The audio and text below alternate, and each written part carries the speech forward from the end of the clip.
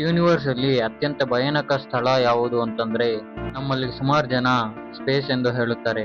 ಆದ್ರೆ ಸ್ಪೇಸ್ಗೆ ಸಮಾನವಾಗಿ ಅಥವಾ ಸ್ಪೇಸ್ಗಿಂತ ಹೆಚ್ಚು ಭಯಾನಕವಾದ ಸ್ಥಳ ನಮ್ಮ ಅರ್ತ್ ಮೇಲೆಯೇ ಇದೆ. ಅಲ್ಲಿ ಯಾವುದೇ ಸನ್ಲೈಟ್ ತಲುಪುವುದಿಲ್ಲ. ಅಲ್ಲಿ ಮನುಷ್ಯ ಕೆಲ ನಿಮಿಷಗಳಿಗೂ ಬದುಕಲು ಸಾಧ್ಯವಿಲ್ಲ ಮತ್ತು ಅಲ್ಲಿ ಇನ್ನೂ ನಾವು ಕಂಡುಹಿಡಿಯದ ಅನೇಕ ಮಿಸ್ಟರೀಸ್ ಅಡಗಿವೆ. ಆ ಸ್ಥಳ ಆಕಾಶದ ಮೇಲಿಲ್ಲ, ಅದು ನಮ್ಮ ಭೂಮಿಯ ಓಷನ್ ಡೆಪ್ತ್ ಅಲ್ಲಿ ಇದೆ. ಮಾನವರು ಚಂದ್ರನ ಮೇಲೆ ಕಾಲಿಟ್ಟಿದ್ದಾರೆ, ಮಾರ್ಸ್ಗೆ ರೋವರ್ಗಳನ್ನು ಕಳುಹಿಸಿದ್ದಾರೆ, ಬಿಲಿಯನ್ಗಳಷ್ಟು ಲೈಟ್ ಇಯರ್ಸ್ ದೂರದಲ್ಲಿರುವ ಗ್ಯಾಲಕ್ಸಿಗಳನ್ನು ಟೆಲಿಸ್ಕೋಪ್ ಮೂಲಕ ಸ್ಟಡಿ ಮಾಡಿದ್ದಾರೆ. ಆದರೆ ಒಂದು ಕ್ಷಣ ಯೋಚಿಸಿ, ವಿಜ್ಞಾನಿಗಳ ಪ್ರಕಾರ ಓಷನ್ನ 80% ಗಿಂತ ಹೆಚ್ಚು ಭಾಗ ಇನ್ನೂ ಎಕ್ಸ್ಪ್ಲೋರೇ ಮಾಡಿಲ್ಲ.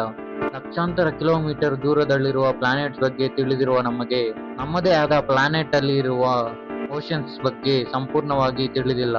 ಅಲ್ಲಿ ಇನ್ನೂ ಕಂಡುಹಿಡಿಯದ ಸ್ಪೀಸೀಸ್ಗಳು ಇರಬಹುದು, ಅಲ್ಲಿ ಇನ್ನೂ ದಾಖಲೆಯಾದ ಅಂಡರ್ ವಾಟರ್ ಮೌಂಟೇನ್ಸ್ ಇರಬಹುದು, ಇನ್ನೂ ಹೇಳಬೇಕಂದ್ರೆ ಸಂಪೂರ್ಣ ಎಕೋಸಿಸ್ಟಮ್ ಕೂಡ ಇರಬಹುದು. ಸ್ಪೇಸ್ ಅನ್ನು ನೋಡಿದಾಗ ಸ್ಟಾರ್ಸ್, ಪ್ಲಾನೆಟ್ಸ್ ಮತ್ತು ಸನ್ಲೈಟ್ ಕಾಣುತ್ತದೆ. ಆದ್ರೆ ಓಷನ್ ನ ಡೆಪ್ತ್ ಗೆ ಹೋದಂತೆ ಸನ್ಲೈಟ್ ನಿಧಾನವಾಗಿ ಮಾಯವಾಗುತ್ತದೆ. ಒಂದು ಹಂತದ ನಂತರ ಅಲ್ಲಿ ಸಂಪೂರ್ಣ ಡಾರ್ಕ್ನೆಸ್ ಮಾತ್ರ ಇರುತ್ತದೆ. ಎಷ್ಟೊಂದು ಕತ್ತಲಾಗಿರುತ್ತಂದ್ರೆ ಅಲ್ಲಿ ನಮ್ಮ ಕೈಯನ್ನು ನೋಡಿಕೊಳ್ಳುವುದಕ್ಕೆ ಆಗುವುದಿಲ್ಲ, ನಮ್ಮ ಕೆಳಗೆ ಏನೋ ಗೊತ್ತಿದೆ ಎಂದು ಗೊತ್ತಾಗುವುದಿಲ್ಲ. ನಿಮ್ಮಿಂದ ಕೆಲವೇ ಮೀಟರ್ ದೂರದಲ್ಲಿ ಯಾವುದೋ ಕ್ರೀಚರ್ ಈಜುತ್ತಿದ್ರೂ ಸಹ ಅದನ್ನು ನೋಡಲು ಸಾಧ್ಯವಾಗುವುದಿಲ್ಲ, ಅಷ್ಟೊಂದು ಕತ್ತಲಾಗಿರುತ್ತದೆ. ನಾವು ಮೂವೀಸ್ ಗಳಲ್ಲಿ ನೋಡುವ ಏಲಿಯನ್ಸ್ ವಿಚಿತ್ರವಾಗಿ ಕಾಣುತ್ತವೆ, ಆದ್ರೆ ಅಂತಹ ವಿಚಿತ್ರ ಜೀವಿಗಳು ನಮ್ಮ ಅರ್ತ್ ನ ಓಷನ್ಸ್ ಅಲ್ಲೇ ಇದೆ. ಅವುಗಳಲ್ಲಿ ಕೆಲವು ಈಗ ನೋಡೋಣ. ಮೊದಲನೇದಾಗಿ ಆಂಗ್ಲರ್ ಫಿಶ್. ಇದು ತನ್ನ ಗ್ಲೋಯಿಂಗ್ ಲೈಟ್ ನಿಂದ ಬೇಟೆಯನ್ನು ಸೆಳೆಯುತ್ತದೆ. ಜೈಂಟ್ ಸ್ಕ್ವಿಡ್ ಅನೇಕ ವರ್ಷಗಳ ಕಾಲ ಕೇವಲ ಕತೆ ಎಂದು ಜನರು ಭಾವಿಸಿದ್ದರು ಮತ್ತು ಕೆಲವು ಕ್ರೀಚರ್ಸ್ ತಮ್ಮದೇ ದೇಹದಿಂದ ಲೈಟ್ ಉತ್ಪಾದಿಸುತ್ತದೆ. ಇದನ್ನು ಬಯೋಲುಮಿನಿಸೆನ್ಸ್ ಎಂದು ಕರೆಯುತ್ತಾರೆ. ಕೆಲವು ಟ್ರಾನ್ಸ್ಪರೆಂಟ್ ಆಗಿರುತ್ತವೆ, ಇನ್ನು ಕೆಲವು ಭಯಾನಕ ಹಲ್ಲುಗಳು ಮತ್ತು ವಿಚಿತ್ರ ಕಣ್ಣುಗಳನ್ನು ಹೊಂದಿರುತ್ತವೆ. ಅವುಗಳನ್ನು ನೋಡಿದಾಗ ಇವು ಅರ್ತ್ನ ಜೀವಿಗಳೇ ಅಥವಾ ಯಾವುದಾದರೂ ಏಲಿಯನ್ಗಳ ಎಂದು ಡೌಟ್ ಬರುತ್ತದೆ. ಸ್ಪೇಸ್ ನಲ್ಲಿ ಅಪಾಯವೆಂದರೆ ಅಲ್ಲಿ ಯಾವುದೇ ಮೀಡಿಯಂ ಇಲ್ಲದೆ ಇರುವುದು, ಆದ್ರೆ ಓಷನ್ ನಲ್ಲಿ ಅಪಾಯ ಅಂದರೆ ಪ್ರೆಷರ್. ನೀವು ಓಷನ್ ಆಳಕ್ಕೆ ಇಳಿದಂತೆ ನಮ್ಮ ಮೇಲೆ ಇರುವ ನೀರಿನ ಭಾರ ಹೆಚ್ಚುತ್ತಾ ಹೋಗುತ್ತದೆ. ಪೆಸಿಫಿಕ್ ಓಷನ್ ನ ಮರಿಯಾನಾ ಟ್ರೆಂಚ್ ಎಂಬುದು ಸುಮಾರು 10,935 ಮೀಟರ್ಸ್ ಇದೆ. ಎಷ್ಟೊಂದು ಪ್ರೆಷರ್ ಇರುತ್ತೆ ಅಂದ್ರೆ ಒಬ್ಬ ವ್ಯಕ್ತಿಯ ಮೇಲೆ 100 ದೊಡ್ಡ ದೊಡ್ಡ ಆನೆಗಳನ್ನು ಒಂದೇ ಬಾರಿ ತಲೆ ಮೇಲೆ ಹಾಕಿದಷ್ಟು ಪ್ರೆಷರ್ ಇರುತ್ತದೆ. ಆದ್ರೂ ಆಶ್ಚರ್ಯದ ವಿಷಯವೇನೆಂದರೆ ಓಷನ್ ಗಳ ಡೆಪ್ತ್ ಅಲ್ಲಿ ಅಷ್ಟೊಂದು ಪ್ರೆಷರ್ ಇದ್ರೂ ಸಹ ಅಲ್ಲಿ ಜೀವಿಗಳು ಬದುಕುತ್ತಿವೆ. ಇನ್ನೊಂದು ಆಶ್ಚರ್ಯದ ವಿಷಯವೇನೆಂದರೆ ವಿಜ್ಞಾನಿಗಳು ಇದುವರೆಗೂ ದಾಖಲಿಸಿರುವ ಅತ್ಯಂತ ಡೆಪ್ತ್ ಅಲ್ಲಿ ಬದುಕುವ ಫಿಶ್ ಸುಮಾರು 8,336 ಮೀಟರ್ಸ್ ಆಳದಲ್ಲಿ ಕಂಡು ಬಂದಿದೆ.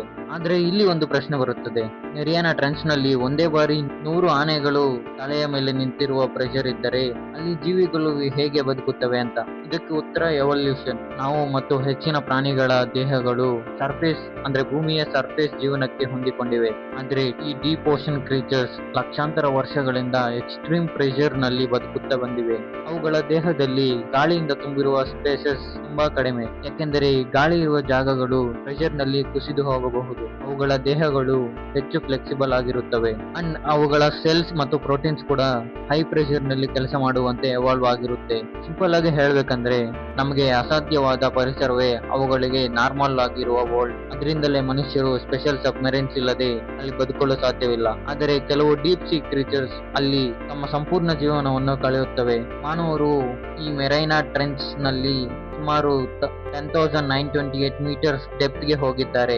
ಆದ್ರೆ ಅದರಿಂದ ಓಷನ್ ಸಂಪೂರ್ಣ ಎಕ್ಸ್ಪ್ಲೋರ್ ಆಗಿದೆ ಎಂದರ್ಥವಲ್ಲ.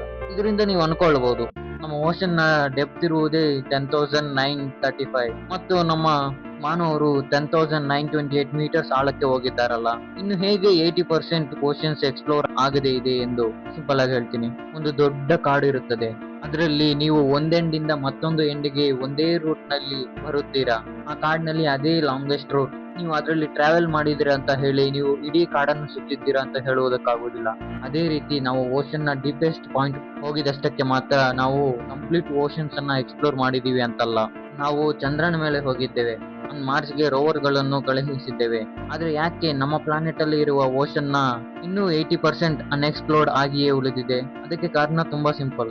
ಈ ಓಷನ್ಸ್ ತುಂಬಾ ದೊಡ್ಡದಾಗಿರುತ್ತದೆ, ಅದರ ಆಳದಲ್ಲಿ ಎಕ್ಸ್ಟ್ರೀಮ್ ಪ್ರೆಷರ್ ಇರುತ್ತದೆ ಮತ್ತು ಅಲ್ಲಿ ಯಾವುದೇ ಸನ್ಲೈಟ್ ಇರುವುದಿಲ್ಲ, ಟೆಂಪರೇಚರು ಸಹ ತುಂಬಾ ಕಡಿಮೆ ಇರುತ್ತದೆ.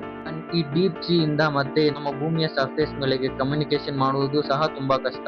ಈ ಡೀಪ್ ಸಿ ಎಕ್ಸ್ಪ್ಲೋರೇಷನ್ ಮಾಡಲು ಬೇಕಾಗುವ ಟೆಕ್ನಾಲಜಿ ಮತ್ತು ಎಕ್ಸ್ಪೆಡಿಷನ್ಸ್ ತುಂಬಾ ಕಾಸ್ಟ್ಲಿ ಆಗಿರುತ್ತದೆ.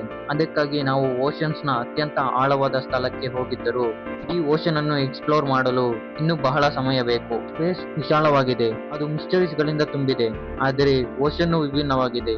ಅಂಡ್ ಇನ್ನೊಂದು ಥಿಂಗ್ ಏನಂದ್ರೆ ಅದು ನಮ್ಮ ಅರ್ಥದಲ್ಲೇ ಇದೆ, ಆದರೂ ಸಹ ಅದರಲ್ಲಿ ಸುಮಾರಷ್ಟು ಭಾಗ ಇನ್ನೂ ನಮಗೆ ಗೊತ್ತಿಲ್ಲ.